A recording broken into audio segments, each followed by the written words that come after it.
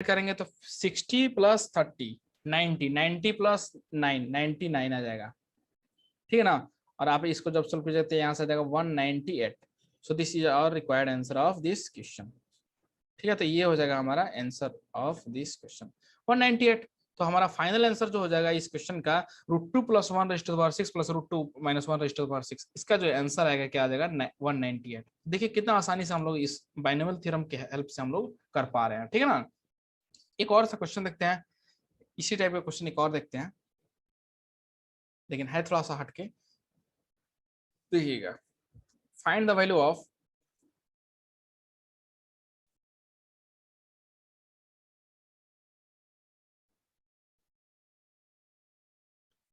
find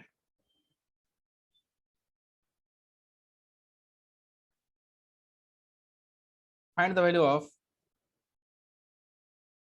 2 + √3 raised to the power 5 minus 2 minus √3 raised to the power 5, ठीक है ना। इसका वैल्यू हमें फाइंड करना है। तो सबसे पहला काम तो हमें आ रहा ये रहेगा कि हम लोग क्या फाइंड करेंगे, टोटल नंबर ऑफ टर्म्स देखेंगे कि टोटल नंबर ऑफ टर्म्स कितना होगा यहाँ पे, ठीक है। तो उसके बाद अब देखिए बाइनोमियल थ्योरम की हेल्प से इस क्वेश्चन को भी कितना आसानी से कर पाएंगे, वरना अगर इसका 5 पावर करते रहिएगा तो बहुत टाइम लगेगा, ठीक है ना।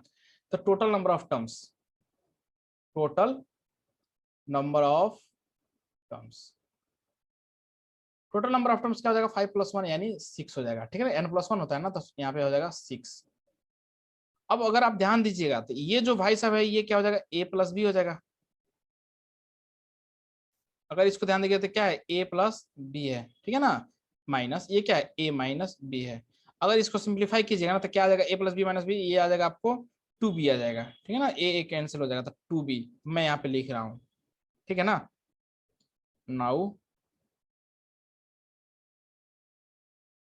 2 टाइम्स ऑफ b, 2 × b का मतलब क्या हुआ, हम लोग जानते हैं कि sum of all even terms, sum of all even terms, ठीक है ना। अब देखिएगा ये 2 times of sum of even terms, यानी टोटल नंबर ऑफ टर्म्स जो है 6 है। तो आप बताइए 1 से लेके 6 के बीच में total number of terms which is even, how many even numbers are there. So t2 + t4 + t6, simple सी बात है। 1 से 6 के बीच में एक 2 होगा, एक 4 होगा, एक 6 हो जाएगा जो कि इवन होगा, ठीक है। अब हम लोग इसका वैल्यू फाइंड आउट करते हैं। तो 2 × ठीक है, यहाँ पे देखिए t2 टर्म्स जो है सेकेंड है, इसका मतलब r का जो वैल्यू होगा क्या होगा 1 हो जाएगा। तो 5c1 2 के power 5 - 1 into √3 raised to the power 1 plus 5c3 2 के power 5 - 3 into √3 raised to the power 3 plus 5c5 2 के power 5 - 5 okay into √3 raised to the power 5, ठीक है। अब हम लोग इसको आगे सिंप्लीफाई करते हैं। देखिए 2 टाइम्स ऑफ ये आ जाएगा यहाँ से 5c1 ओके √2 के पावर आ जाएगा 4 × 3 के पावर 1 प्लस यहाँ से आ जाएगा 5c3 2 के पावर 2 यहाँ से √3 के पावर 3 आ जाएगा, √3 के पावर 3 प्लस 5c5 2 के पावर 0 और √3 के पावर 5 2 के पावर 0 और √3 के पावर 5, ये हमारा आ गया। अब देखिए इसको हमें सॉल्व करना है। तो 2 टाइम्स ऑफ देखिएगा 5c1 क्या होता है 5 होता है इंटू √2 का पावर 4 है, इसका मतलब क्या हो जाएगा ये हो जाएगा आपको 16, सॉरी नहीं 2 है ना एक्चुअली, √2 नहीं होगा यहाँ पे 2 होगा, बाय मिस्टेक मैं लिखा हूँ यहाँ पे, ये एक्चुअली 2 होगा, ठीक है ना। तो 2 का पावर 6 ये 2 का पावर 4 हो जाएगा 16, क्योंकि यहाँ पे हम लोग एक्चुअली 2 होगा, ठीक है ना, √2 नहीं लिख सकते हैं, 2 है गिवन क्वेश्चन जो 2 है इंटू 3 प्लस 5c3 क्या हो जाएगा 5 × 4 मीन्स 10, 5 × 4 ओके, तो ये आ जाएगा 10, ठीक है ना, क्योंकि 5c2 और 5c3 सेम होता है इंटू 4 और √3 के पावर 3 हो जाएगा, ये हो जाएगा 3√3, ठीक है ना 3√3। एक्चुअली ये जो होगा √3 हो जाएगा, यहाँ पे ये √3 है, ये √3 की पावर 1 है तो ये हो जाएगा √3, ठीक है। ये हो जाएगा 5c5 1 हो जाएगा, 2 के पावर 0 1 हो जाएगा, तो √3 की पावर 5 क्या हो जाएगा ये आपको मिल जाएगा यहाँ से √3 का स्क्वायर क्या हो जाएगा 3 इंटू 3 9√3, ठीक है ना। अब देखिए यहाँ से क्या मिलने वाला है, यहाँ से आप अगर ध्यान दीजिएगा तो 16 × 5 मीन्स यहाँ से 16 × 5 ये आ जाएगा 80√3 प्लस 40 रूट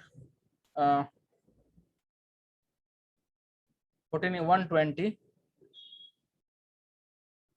यहाँ से आ जाएगा आपको 120, ठीक है ना। 40 इंटू 3 तो 120√3 प्लस 9√3, ठीक है। अगर आप गौर कर पा रहे हैं तो आपको यहाँ पे कुछ चीजें दिखाई देगी। 120 प्लस 80 ये आ जाएगा आपको 200, 200 प्लस 9 209√3 ये आ जाएगा। अगर आप ध्यान से देखेंगे तो ये हो जाएगा 418√3। तो यानी इसका जो फाइनल आंसर आएगा क्या आएगा 418√3। So this is our required answer of this question. इस क्वेश्चन का जो आंसर हो जाएगा क्या हो जाएगा 418√3, ठीक है। 418√3 ये हमारा आंसर हो जाएगा फाइनल, ठीक है। तो देखिए अब आगे की तरफ मूव करते हैं। नेक्स्ट क्वेश्चन जो actually JEE advance means JEE advance 1982 के अंदर पूछा गया था। उस टाइम जेई मेन हुआ भी नहीं करता था। नेक्स्ट क्वेश्चन जो है द एक्सप्रेशन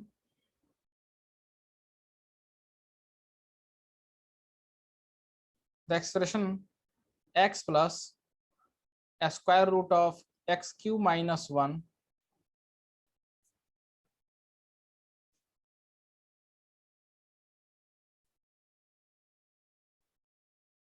यहाँ पे आ जाएगा आपको x plus square root of x³ - 1 के पावर जो हो जाएगा 5 है। यहाँ पे given x minus square root of x³ - 1 के पावर क्या है 5 है। अब ये क्वेश्चन हमें सॉल्व करना है। Is a polynomial of degree, बताना है कि कितने पॉलिनोमियल डिग्री होता है। Is a polynomial of degree. First option यहाँ पे गिवन है मींस ऑप्शन ए गिवन है 5, ऑप्शन जो बी गिवन है यहाँ पे 6, ऑप्शन सी गिवन है यहाँ पे 7 एंड ऑप्शन डी इज 8। और ये जो क्वेश्चन है एक्चुअली ये कब पूछा गया है जेई